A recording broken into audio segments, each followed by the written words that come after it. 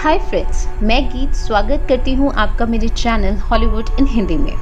आशा है आप सब अच्छे होंगे। फ्रेंड्स, आज की हमारी मूवी बहुत सिंपल बट लाइफ का एक इम्पॉर्टेंट लेसन देती है।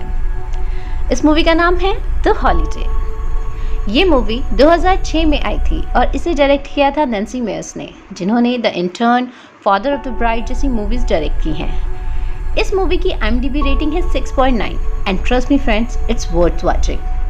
So, let's begin. कहानी शुरू होती है और हम इंट्रोड्यूस होते हैं आयरिस से। आयरिस जो एक कॉलमनिस्ट है लंदन में और अपने एक्स बॉयफ्रेंड जेस्पर से आज भी प्यार करती है। जेस्पर जिसने आयरिस को चीट किया था जब वो रिलेशन में थे। जेस्पर और आयरिस सेम ही ऑफिस में काम करते हैं।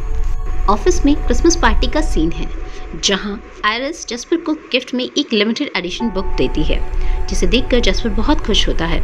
वो बात ही कर रहे थे कि अनाउंसमेंट के लिए सबको बुलाया जाता है और अनाउंसमेंट होती है जेस्पर और उसकी गर्लफ्रेंड जो उसी के साथ उस ऑफिस में काम करती हैं उसकी एंगेजमेंट की, जिसे सुनकर आयरिस बहुत दुखी होती है। उसका तो मानो दिल ही टूट जाता है। वो दुखी होकर ऑफिस से अपने घर के लिए निकल जाती है। इन द मीन टाइम हमारी दूसरी प्रोटैगनिस्ट को दिखाया जाता है जिसका नाम है अमेंडा वुड्स, जो एक मूवी ट्रेलर प्रोड्यूसर है और लॉस एंजलिस में रहती है। अमेंडा का भी अपने बॉयफ्रेंड ईथन से झगड़ा हो रहा होता है क्योंकि ईथन अमेंडा को अपनी सेक्रेटरी के साथ चीट कर रहा है। इसलिए अमेंडा ईथन से ब्रेकअप कर लेती है। अमेंडा भी दुखी है और अपने असिस्टेंट्स को छुट्टी देकर कहती है कि वो हॉलीडे पे जाना चाहती है। सो वो इंटरनेट पर हॉलीडे डेस्टिनेशन सर्च करते हुए आयरिस के घर को देखती है, जो एक हाउस स्वैपिंग वेबसाइट पर अवेलेबल होता है, जिसे देखकर अमेंडा आयरिस को मैसेज करती है, on which Iris reply and both are ready to swap their houses for 2 weeks. दोनों नेक्स्ट डे से ही अपनी हॉलीडे शुरू करते हैं। आयरिस जिसे लंदन से LA जाना होता है और अमेंडा जिसे LA से लंदन आना होता है, दोनों अपना सफ़र शुरू करती हैं। हम आयरिस को देखते हैं जो LA आकर बहुत खुश और एक्साइटेड है। अमेंडा का घर उसे बहुत पसंद आता है and she is enjoying it. दूसरी तरफ हम अमेंडा को देखते हैं जिसे आयरिस के घर तक पहुंचने में थोड़ी प्रॉब्लम होती है, बट वो भी अपनी डेस्टिनेशन पर पहुंचकर खुश हो जाती है। आयरिस का घर भी उसे पसंद आता है। In the mean time LA में आयरिस अपना टाइम एंजॉय कर रही होती है कि तभी अमेंडा की एक्स बॉयफ्रेंड ईथन का पार्टनर माइल्स उसके घर ईथन का कुछ सामान लेने के लिए आता है।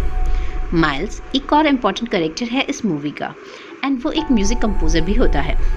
यहाँ आयरिस की मुलाकात माइल्स की गर्लफ्रेंड मैगी से भी होती है। Back to London. उसी रात आयरिस का हैंडसम ब्रदर ग्रैहम आयरिस के घर का दरवाज़ा नॉक करता है, जिसे अमेंडा खोलती है। ग्रैहम अपने आप को इंट्रोड्यूस करता हुए बताता है कि वो आयरिस का भाई है और बहुत ज़्यादा ड्रंक है, और वो अमेंडा से रिक्वेस्ट करता है कि वो उसे उस रात वहाँ रुकने दे।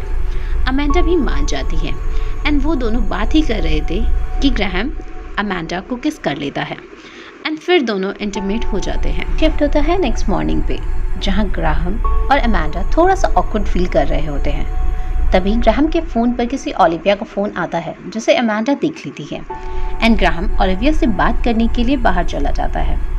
इन अ मीन टाइम ग्राहम जाने से पहले अमेंडा को पब में डिनर के लिए इनवाइट करता है, जिस पर अमेंडा कुछ आंसर नहीं देती। उधर LA में आयरिस को जेस्पर को कॉल आता है उसकी बुक के काम के लिए। बेसिकली जेस्पर को जब काम होता है तो वो आयरिस को याद कर लेता है, बट आयरिस इसे इग्नोर करते हुए सो जाती है। उधर लंदन में अमेंडा ग्राहम का इनवाइट एक्सेप्ट कर डिनर के लिए पब चली जाती है। नेक्स्ट सीन में हम देखते हैं आयरिस को, जिसकी मुलाकात आर्थर एबट नाम के एक ओल्ड मैन से होती है। एबट जो आयरिस के नेबर भी होते हैं। एबट एक ऑस्कर विनर स्क्रीन राइटर हैं। आयरिस एबट को उनके घर तक पहुंचने में हेल्प करती है एंड वो ये देख पाती है कि एबट अकेले रहते हैं, सो वो उन्हें अपने साथ डिनर पर चलने के लिए इनवाइट करती है, जिस पर एबट हैप्पीली एग्री भी हो जाते हैं। नेक्स्ट सीन में हम आयरिस और एबट को डिनर करते हुए देखते हैं, जिसमें एबट आयरिस से पूछते हैं कि वो इतनी ब्यूटीफुल और यंग होने के बाद डिनर के लिए उनके साथ ही क्यों आई है, जिस पर आयरिस उन्हें अपने एक्स के बारे में बताने लगती है और कहती है कि मैं किसी से दूर भाग रही हूँ, जिस पर एबट आयरिस को चीयर करते हुए कहते हैं कि you should be the leading lady of your life. Iris ये सुनकर बहुत खुश हो जाती है और एबट से कहती है कि उसे इतनी खूबसूरत बात किसी ने कभी नहीं कही। नेक्स्ट सीन शिफ्ट होता है और मॉर्निंग में हम अमांडा को ग्रैहम के साथ देखते हैं, जहां ग्रैहम अमांडा को लंच डेट पर चलने के लिए पूछता है, जिस पर अमांडा भी रेडी हो जाती है। एक्चुअली अमांडा को भी अब ग्रैहम का साथ अच्छा लगने लगा था। नेक्स्ट सीन में हम अमांडा और ग्रैहम को एक दूसरे के साथ एक रेस्टोरेंट में देखते हैं एंड वो दोनों एक दूसरे की लाइफ के बारे में एक दूसरे से क्वेश्चंस पूछ रहे थे, जिस पर अमांडा ग्रैहम को बताती है कि वो अपने पेरेंट्स के डाइवोर्स के बाद से आज तक नहीं रोई, जिस पर ग्रैहम उसे कहता है कि वो तो बहुत बड़ा वीपर है and he weeps a lot. दोनों एक दूसरे के साथ काफ़ी अच्छा टाइम स्पेंड करते हैं। उधर एलए में माइल्स आयरिस के घर आता है और देखता है कि पार्टी हो रही है, तो आयरिस माइल्स को भी इनवाइट करती है। एबट और उसके दोस्त आपस में लव और मूवीज़ के बारे में बात कर रहे थे।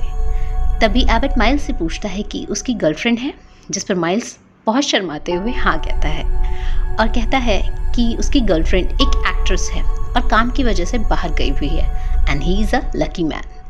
सब पार्टी इंजॉय करते हैं। उधर लंदन में अमांडा डिसाइड करती है कि वो ग्रैहम को उसके घर जाकर सरप्राइज देगी एंड जब वो वहाँ पहुँचती है तो उसे पता चलता है कि ग्रैहम एक विडोवर है जिसकी 2 प्यारी बेटियां हैं, सोफिया एंड ओलिविया। उसे थोड़ा बुरा तो लगता है कि ग्रैहम ने उसे अपनी बेटियों के बारे में पहले क्यों नहीं बताया, but she was mesmerized by both girls and the way Graham take cares of them. दूसरी तरफ हम आयरिस को देखते हैं जो एबट के घर में होती है।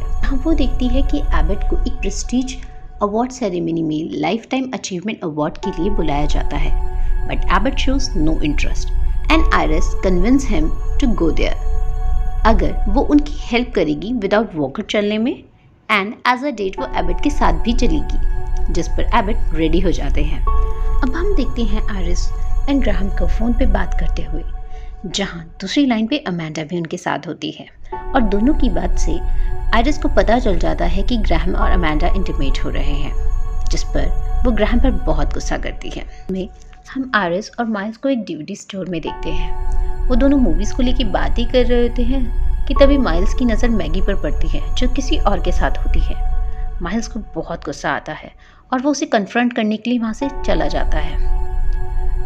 नेक्स्ट सीन में माइल्स दुखी है एंड आयरिस के साथ होता है, जहाँ आयरिस उसे कंसोल करते हुए अपनी लाइफ की ट्रेजेडी बता रही होती है एंड दोनों अपनी लाइफ में मूव ऑन करने का डिसाइड करते हैं एंड एक साथ मूवी देखकर टाइम स्पेंड करते हैं।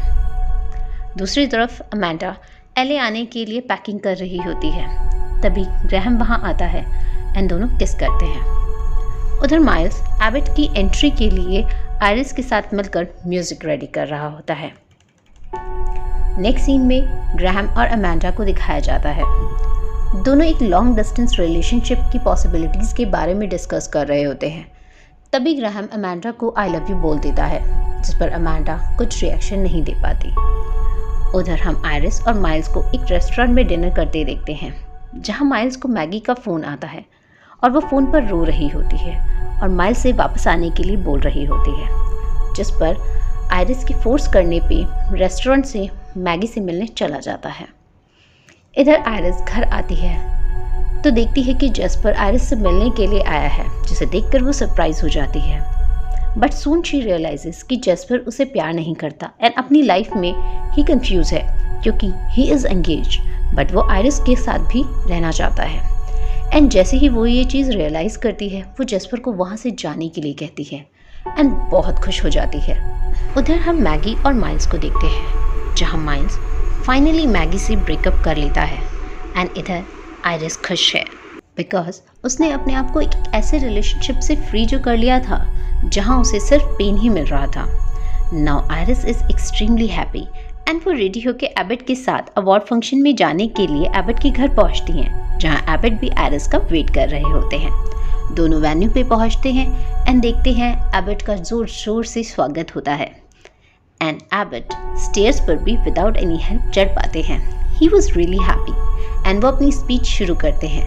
ऑल्सो माइल्स भी वहाँ आ जाता है एंड ही आस्क्ड आयरिस कि क्या वो न्यू ईयर्स में उसके साथ लंदन आ सकता है, जिस पर आयरिस खुश हो जाती है और हाँ बोलते हुए माइल्स को किस कर लेती है। फिर हम अमांडा और ग्रैहम को देखते हैं, जो अमांडा के एलए वापस जाने से उदास है एंड अमांडा ग्रैहम से गुड बाय कहकर जाने के लिए कैब में बैठ जाती है। कुछ ही दूर चलने पर शी रियलाइजेस कि वो रो रही है। उसकी आंखों में आंसू होते हैं तो वो वापस ग्रैहम के पास आ जाती है एंड देखती है कि ग्रैहम भी रो रहा है और दोनों एक दूसरे को हग करते हुए किस करते हैं। सीन शिफ्ट होता है एंड हम Iris, Miles, Amanda, Graham, Sophie और ओलिविया को साथ में न्यू ईयर स्पेंड करते हुए देखते हैं। एंड दोस्तों, इसी के साथ इट्स अ हैप्पी एंडिंग। दोस्तों, कभी भी प्यार के पीछे भागना नहीं चाहिए। आप जैसे हैं, जो हैं, अगर आपको कोई पसंद करता है तो वही प्यार सच्चा है। इसी मैसेज के साथ मैं गीत आपसे विदा लेती हूँ। फ्रेंड्स, अगर मेरी एक्सप्लेनेशन पसंद आई है तो प्लीज़ लाइक और सब्सक्राइब ज़रूर कीजिए and also comment for any suggestions. Thank you.